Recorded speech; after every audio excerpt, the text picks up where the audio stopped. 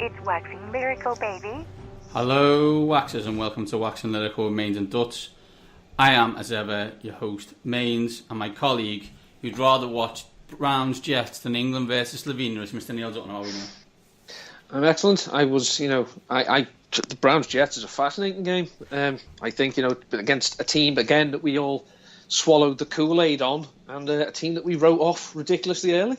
Excellent, yeah. Well done. Well and done, us. International football is ours. So international football is indeed the worst, especially England. If you care about it, shame on you.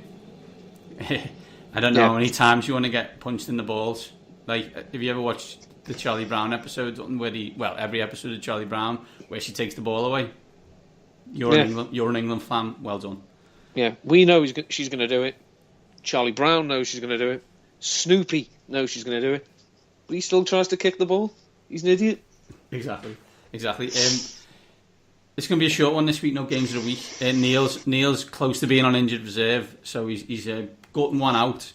He's took Dejan Lovren level 5 pain pills before we got on. I think that may be the issue, that he's on injured reserve. So we're going to give you a few hot takes, and then we're going to go straight into Darling's losers and our DraftKings fantasy team of the week. So let's get it started. I've got a couple of losers and winners, so I'll try and balance up for missing out on our knowledge of the games. Fantastic, Dalton, fantastic. You just didn't want to talk about the Rams. I know your game. It's okay. Don't worry. We'll plough on. Let's get on with those hot takes, Dalton. First one. This is, I don't know if it's yearly or monthly reminder that time management shouldn't be difficult in the NFL. It shouldn't, but it is. Let's give you two examples. I am obviously going to talk about a game that I had a vested interest in, and when you're being out time managed by Andy Reid, you've got issues, Jay. Congratulations, John, for not mentioning it. I know he's your brother. I know you don't want him to be Fredo, but can you light him up? Because maybe he'll pay attention. Can you imagine? We'll do that momentarily. There's 1:51 left in the second quarter. You have the ball. You decide in your infinite wisdom to throw it 3 times, 3 incompletions, to give Andy Reid the ball back. Luckily, at that point, he does miss a 46-yarder with his rookie kicker. But that's luck on your side, nothing else. It's 3rd and 2. There's 29 seconds left on the game clock. You're in field goal range quite easily. A field goal will tie the game, and a touchdown will win it. There's 57 seconds left in the game, and you call a timeout. That is exactly what Andy Reid wants you to do. You're literally playing into Andy Reid's hand. He wants you to call a timeout. It's what Andy Reid wants to do as well. Because Andy Reid needed to call a timeout there. Jay, you didn't. You didn't need to call a timeout there. There's three outcomes of that game at that point. Washington win. It's tie and goes to overtime, and Kansas City win. Jay Gruden's job at that point is to make it only 2. The 2 are Washington win and overtime. He somehow managed to pick door number 3 by allowing, when the fact half of his defense are either injured or playing while injured, he calls a timeout. He then somehow then throws a 3rd and 2. It's a good play. Doesn't make the play, but there's now 50 seconds left for Andy Reid to go up and down the field, and kick a field goal, and then in theory have a chance to score what can only be described as an amazing backdoor cover. What should also be noted is Andy Reid also screwed up, because why the heck was the 4 seconds still left on the clock? It's like the time management, the worst time management ever. Can you imagine playing against a team that had the Chiefs defense and they score that touchdown at the end and losing your fantasy matchup on Monday Night Football and not wanting to cause grievous bodily harm to Gruden and his wretched kin? I saw a guy who not only was playing against the Kansas City Chiefs defense, but also had Chris Thompson, who they gave the fumble against. So he actually Crowder. No, but Thompson, they gave it, so it was Crowder and Thompson. So I think they did both of them. So he actually lost because of the fumble, not necessarily the touchdown. They played really well, but they did. But the issue is your coach can't get in the way of you winning games because you're not that good. No. When did Tom Sula go to the Redskins? I must have slept and missed this because we obviously did because you didn't laugh. So I just kind of ignored it. Nobody noticed, and no one did. So we moved on. Yeah, I mean the front three is very, very good, and Brian Kerrigan obviously is one of the best in his position, and certainly underrated. Probably because he plays for a racist team. Probably. Moving on. Next hot take done. Are the Pats really, really going to pay a backup quarterback $20 million next year rather than fix their defense? Are they really going to do that? Well, when the Patriots don't lose another game this season, go 14-2 and win the Super Bowl, and Tommy Boy gets finally convinced to disappear into the wilderness, it won't be an issue. I hear what you're saying, Dutton, and they're probably going to win tonight. Tonight is Thursday for those who are listening to this before Sunday, and they probably won by 14 points. But if they won by 14 points, it probably means they scored 50. Because their defense stinks, and they can win every other game. The defense is still going to concede 28 points a game. But you say spending money on the defense. They did spend money on the defense really badly.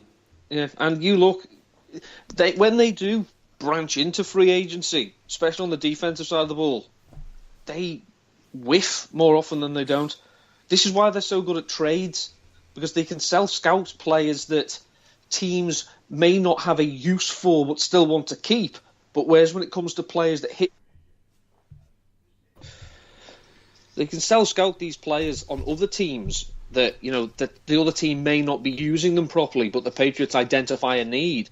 But when it comes to some players who the original team hasn't signed, sometimes they get suckered in. Like I'm thinking, Adalius Thomas and Stephon Gilmore.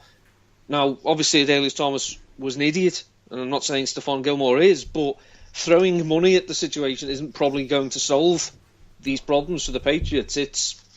They need to do a better job of drafting and developing defensive players, especially pass rushers.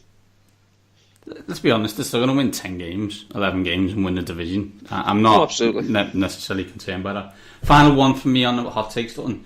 It's Giants. Well, it's Chargers at Giants this week. Whoever loses won't win until week 10. As the next 3 games for the Giants are Broncos, Seahawks, Rams. Good luck with that. Chargers have got Raiders, Broncos and Pats. So if they don't win here, they're going to be 0-8. Are they both playing the Raiders, did you say then? No, Giants play Broncos, Seahawks and Rams.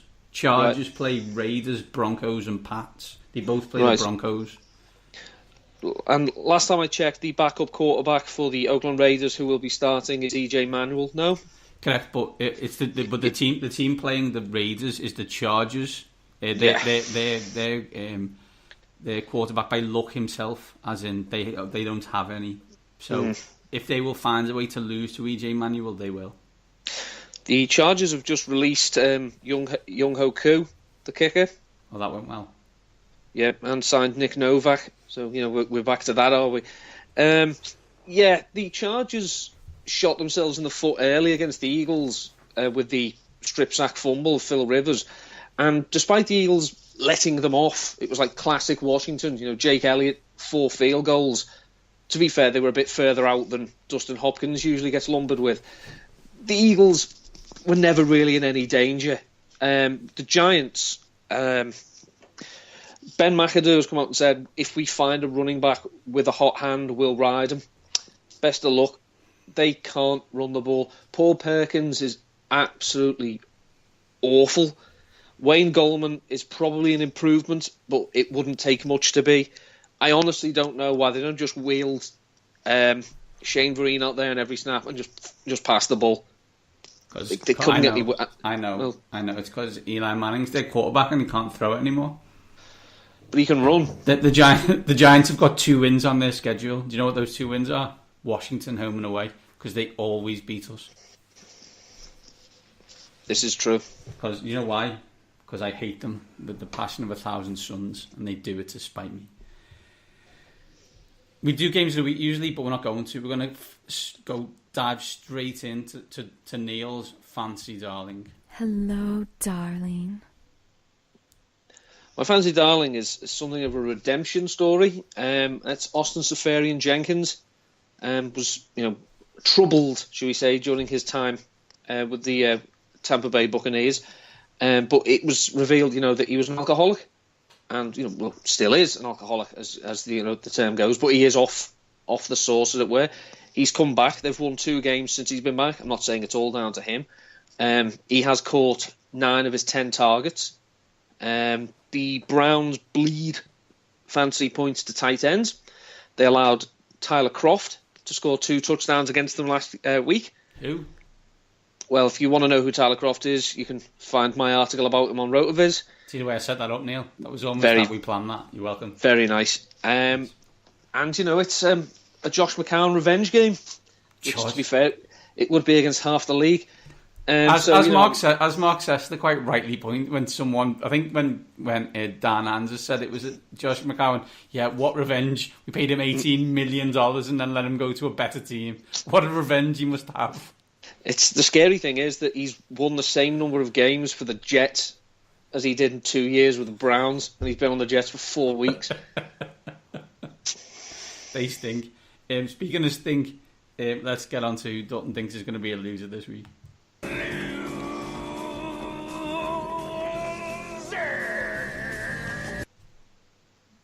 Amari Cooper is not having a fun time at the moment. He has 12 receptions on the season, which isn't good. Kendall Wright has 14 by comparison. 457 drops. Yeah, 7 drops in that same span. It's not great, Bob. They're playing the Ravens this week, and say EJ Manuel is at quarterback. If you look back over, EJ Manuel's successes, and believe me, it doesn't take long, you'll find he did have a good rapport with Scott Chandler, when he was at the Bills. So maybe it's good news for Jared Goff, but it's certainly bad news for Amari Cooper, who, to be honest, didn't need any more bad news. They're playing the Ravens.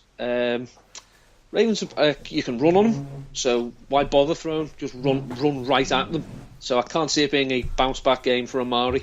We slagged off Jets Browns to start the week. I would watch Jets Browns 4 million times before I would even contemplate watching Ravens against Raiders this week. Do you know what the Ravens are averaging per offensive play this year? 3 probably. 4.3 yards per play. You know the way they won the Super Bowl, and then since then we've blamed the offensive coordinator every time they've been rubbish. The weird thing is that it's actually not the offensive coordinator who's rubbish. It's the quarterback they're paying over $100 million to. He is garbage. I know he won a Super Bowl and he was amazing that year. He is absolute stink. He's pretty much untradeable, uncuttable till after the 2018 season. So it's 2 more seasons of this crap. Enjoy Baltimore. Enjoy. So let's get on with it, Sutton. After me going 2-0 with my teams in head-to-heads, let's look at the daily fantasy team of the week. Mains and Duts. Daily fantasy team of the week. Show me the money. Duts, hit me with your quarterback. It's Mr. Mobile himself, Eli Manning. You can already guess why. Eli is my quarterback, but bear in mind my love of stacks. Well, he was quite cheap. 6,000. Yeah, 6,100. He's playing the team that drafted him in the Toilet Bowl. So 6,100. I'll take Eli just so I can tie myself to the other fella. Just so you know, he's actually never beaten Phil Rivers. I think this is his 4th attempt. Weird. Just thought I'd throw that out there. I have also gone for a stack this week, Tony. And it's not that I don't like your team, because I actually do However, I'm picking Carson Palmer. He's 5,900. That's right, he's cheap. And he scored 20 points the last 3 weeks. Now, don't get me wrong. The Cardinals aren't very good and should probably be 0-4, but they're not. They're 2-2. The Eagles secondary, still not good, right? That hasn't changed from the last time I looked. So I'm going with Carson Palmer, 5,900. You will see the stack later. I already know the stack is, and if everyone doesn't have him in the team this week, they're doing it wrong. Running back 1, Neil. Running back 1 is Carlos Hyde. The 49ers are playing the Colts. The 49ers are playing better than their record suggests. It's difficult not to be playing better than 0-4. Yeah, I mean, they're not getting blown out by anyone. Carlos Hyde is running well. He's also getting some good use in the passing game.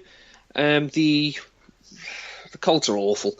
I mean, the noteworthy story in this game is that Colts running back Frank Gore needs 4 rushing yards to go past Eric Dickerson. Well, he'd probably get that in his first carry because he's playing the 49ers. But it's his replacement with the 49ers who I'm going with. Carlos Hyde, 6,900. Spoiler alert, we may come back to Frank later. Running back 1, Dutton. Unbelievably, is Todd Gurley. 8,000. He's playing the Seahawks. The Seahawks are allowing 134 yards on the ground per week. And the Rams are beyond frisky. Some would almost suggest fun, exciting. And I'm sure Dean Spanos, as we speak, is trying to get a voodoo doll of Sean McVay so we can stick things in him. Because the Rams being good is not good for the Chargers, as they will become an afterthought. I've gone with Gurley. He's 8,000. And I think this is the guy we were expecting when he came out of college. The Rams uniform with those helmets are hideous. Don't worry though, Neil. This week, it's throwback time. Good. Absolute magic LA Rams uniform. You can't wear the gold shirt no. with the white horns on the helmet. It looks ridiculous. You can't. Who's your running back? Running back 2, Neil. Running back 2 is a favourite player of mine, really, and finally seems to be getting the run he deserves. It's Duke Johnson. Before this season, he had 3 touchdowns in 2 NFL seasons. He's had 2 on 30 touches this season. He's getting more playing time than Isaiah Crowell, which is because he's better than Isaiah Crowell. He is. And Hugh Jackson coming out saying, I believe in Isaiah Crowell. I believe he exists as well, Hugh. That doesn't mean he's better than Duke Johnson. It has taken you 2 years to work out what I could have told you years ago. He's also got 15 receptions in his last 2 games. The Jets bleed fantasy punch the running backs. So I will go with Duke Johnson, 4,900. I'm going in the same game, Dutton. I may be a week behind, but I'm going with Bilal Powell of the New York Jets. He's 6,200. He's playing the Browns, and the Browns stink. And I know we're talking about Josh McCown revenge game, but if the Jets are going to win, they're going to win by running the ball. And they should absolutely use Bilal Powell for that. As someone who had him on my standard fancy bench this week and lost by 15 points, and I had London-born JJ in the team, I'm just trying to make up for it. Wide receiver 1, Dutton. My wide receiver 1, 8,500, is Odell Beckham Jr. That's shocking, Dutton, surprising. Yeah, I mean, some scribes thought he could be the wide receiver 1 this season. Some scribes did, Neil. I remember them scribes. But we won't talk about them. He makes this offense go because they can't run the ball, but my God, they try. They can't run the ball, but they keep trying. Beckham, is the smart. It's the only play. I mean, Evan Ingram is quite good, but the Chargers' defense is not great. You can run on them, and the corners aren't great because obviously Jason Verrett is very talented, but he's not there. They'll move Beckham around, I think, to try and get him away from Casey Hayward. But can you really cover Odell Beckham if he's in the mood? The answer to that is no. Wide receiver one for me is probably my favourite wide receiver, maybe ever. It's Larry Fitzgerald. He's 6,800. He's playing the Eagles. I've done it for a stack and because Larry Fitzgerald's mint. We may come back to him. Yeah, who's your wide receiver two? Same game as the first one. It's Keenan Allen. He looked good against the Eagles last week. Phil Rivers looks for him, so plenty of volume. And as we know, DraftKings is PPR. So Keenan Allen, 7,200. My second one is T.Y. Hilton. He's 6,000. He's playing against the 49ers. They're 22nd against the pass. I haven't gone heavy on the wide receiver spend this week. So, I've gone with T.Y. Hilton. Who's wide receiver 3, Dutton? I think we know the answer. People think Jeff Lurie owns the Philadelphia Eagles. They're wrong. It is, in fact, Larry Fitzgerald. I love Larry Fitzgerald, and I really hope he retires this year because I'm sick of playing against him. Because it's not even funny. You know, it's Larry. What did we do to you? Seriously. Did they try and draft him and he just didn't want to go there? Did they say he just loves playing the Eagles? So 6,800, not a chance in hell I was letting that go. My wide receiver 3 is Jarvis Landry. I know, ridiculous. Let me explain, Neil. Let me explain. I didn't really have any money. 1, 2. He's playing the Titans who are 30th against the pass, and made Deshaun Watson, who could be good, look like the greatest player ever. I know it's Jay Cutler, but let's be fun, Dutton. It's 5,800. I've done it, and you can't stop me. Jay Cutler onto the tight ends. Tight end, please, Neil. Jesse James. He's only 3,000. He scored 2 touchdowns in week 1. Hasn't scored since. But the Jaguars have 2 excellent boundary corners, so that may slow down Antonio Brown and Martavis Bryant. They do give away an awful lot of production to the tight end position. So I will go with the outlaw Jesse James for $3,000. Boo. Good joke. Neil, who did we both pick at tight end last week? It was Cameron Brate. Remember Brate. why? Because he scores touchdowns against bad teams. And who did he play last week? The New York Football Giants. Hunter Henry, 3,800. He's playing the Giants, and I'm going to start a rule of just following the Giants round. Whatever tight end they're playing against, I'm probably going to pick him. That's my new rule. Until it gets to Washington, then I won't, because I don't pick Washington players. Mm-hmm. Who's your flex, Neil? Antonio Gates. See what you done there? I was almost thinking of picking both of them. He's actually running more pass routes than Hunter Henry, so that's why I went with him over Double H. And he's playing the Giants. My flex button is Frank Gore. He's 4,400 and he's playing the 49ers. And let's be honest, who doesn't love a revenge game? This is a proper revenge game. This is an official revenge game, not like that Josh McCown nonsense. Frank Gore would love to get a lot of yards and touchdowns. So let's hope Chuck Pagano allows it to happen. Finally, Big Marlon Mack game. Finally, Dutton, who's your defense? The New York Jets. Yeah, me too. 3,000. Yeah. Playing the Browns. Playing the Browns. I don't think anybody else needs to explain any more than that. As we're in internet hell, Dutton, let's quickly wrap this up. Quarterback. Manning, Eli. I've got Palmer. Running back 1. Carlos Hyde. I've got Todd Gurley. Running back 2. Duke Johnson Jr. I've got Bilal Powell. Wide receiver 1. Odell Beckham Jr. I've got Larry Fitzgerald. I love the juniors. Wide receiver 2. Keenan Allen. Junior now. T.Y. Hilton. Wide receiver 3. Sir Larry of Fitzgerald. I've got Jarvis Landry. Tight end. The outlaw Jesse James. I've gone for Hunter Henry. Flex. Antonio Gates. I've got Frank Gore. And defense. The New York Jets. I co-sign that. Peek behind the curtain. This has been a disaster. Dutton's stoned because he's took too many meds. My internet's garbage. Legal meds, obviously. My internet's garbage. So instead of being an hour, this is going to be 25 minutes. And, you know, thank F for that, because if we tried to do this for an hour, one of us would have swore at the other one repeatedly. Yeah. Last thoughts, Neil? If you've not heard enough of my voice, you can hear me this week on the Nat Coombs Show. That's available as a podcast. You can also hear me speaking with James Seltzer of Bleeding Green Radio, Bleeding Green Nation, on This Week in Fantasy. I'm the undercard to his chat with Mr. Sigmund Bloom. So come for Mr. Bloom, stay for this idiot. Fantastic. And this is these two top guys being out.